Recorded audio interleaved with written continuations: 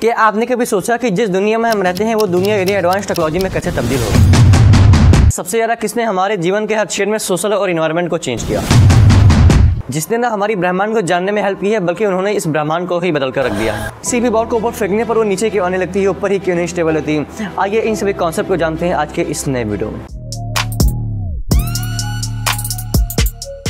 हम बात कर रहे हैं सर आइजैक न्यूटन के बारे में, जिन्होंने इस दुनिया को गति के 3 नियम दिए और इन्हीं गति के नियमों का उपयोग आज साइंस के हर ब्रांच में देखा जा सकता है। दोस्तों आइए सर आइजैक न्यूटन को अच्छे से जानने का प्रयास करते हैं। आइजैक न्यूटन एक ग्रेट ब्रिटिश साइंटिस्ट है जिन्होंने विज्ञान के क्षेत्र में बहुत ही महत्वपूर्ण सिद्धांतों का आविष्कार किया और इन महत्वपूर्ण सिद्धांतों में था law of gravity and law of motion. Planet से शेप टूटने से उनके दिमाग में लॉ ऑफ ग्रेविटी का ख्याल आया। तो ये सोच रहे थे कि शेप टूटने के बाद नीचे ही क्यों आया, ऊपर क्यों नहीं गया। इन शेप गिरने से ही आइजैक न्यूटन को ये प्रेरणा मिली थी। न्यूटन के इन सिद्धांतों से airplane, car and space travel ये चीजें अस्तित्व में आ पाई। आज हम जो भी टेक्नोलॉजीज का यूज कर पा रहे हैं उनमें न्यूटन के सिद्धांतों का बहुत बड़ा योगदान है।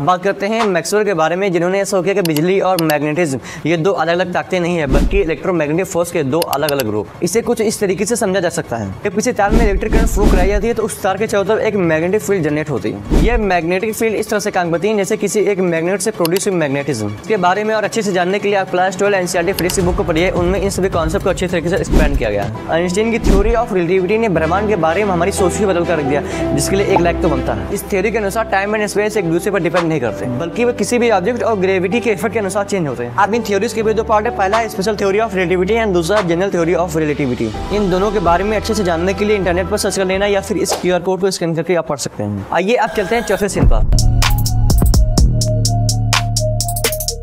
क्या वास्तव में जैसी दुनिया दिखती है वो वैसे ही है? क्या हमारे सामने जो कुछ भी हो रहा है वो वैसे ही हो रहा है जैसा हम फील करते हैं? नहीं, ऐसा बिल्कुल नहीं है। जो हमें इस अदृश्य दुनिया से रूबरू कराती है वो है क्वांटम मैकेनिक्स। क्वांटम मैकेनिक्स हमें बताती है कि एक इलेक्ट्रॉन एक पार्टिकल ही नहीं बल्कि एक वेव भी हो सकती है। कोई इलेक्ट्रॉन का वेव होगा और कब पार्टिकल, ये टाइम एंड स्पेस पर डिपेंड नहीं करता। इसे डबल स्लिट एक्सपेरिमेंट से अच्छे तरीके से समझा जा सकता है। आइए एनिमेशन के थ्रू इसे समझने का प्रयास करते हैं। जब इलेक्ट्रॉन को दोनों स्लॉट से पास कराया जाता है तो वो स्लॉट एक साथ गुजरते हैं और स्क्रीन पर एक इंटरफेरेंस पैटर्न बनाते हैं, तो फिर उससे लगता है कि ये एक वेव है। जब इसे मापने की कोशिश करते हैं तो एक पार्टिकल की तरह बिहेव करता है। आइए अब चलते हैं आखिरी और 5वें सीन पर।